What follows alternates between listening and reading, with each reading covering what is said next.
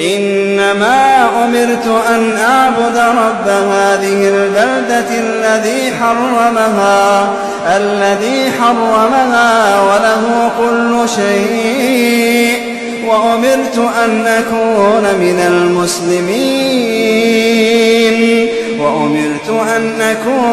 من المسلمين وأن أتلو القرآن،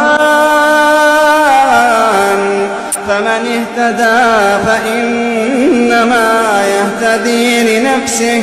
ومن ضل فقل إنما أنا من المنذرين، وقل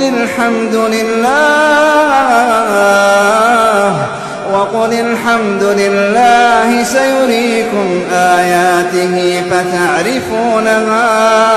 وما ربك بغافل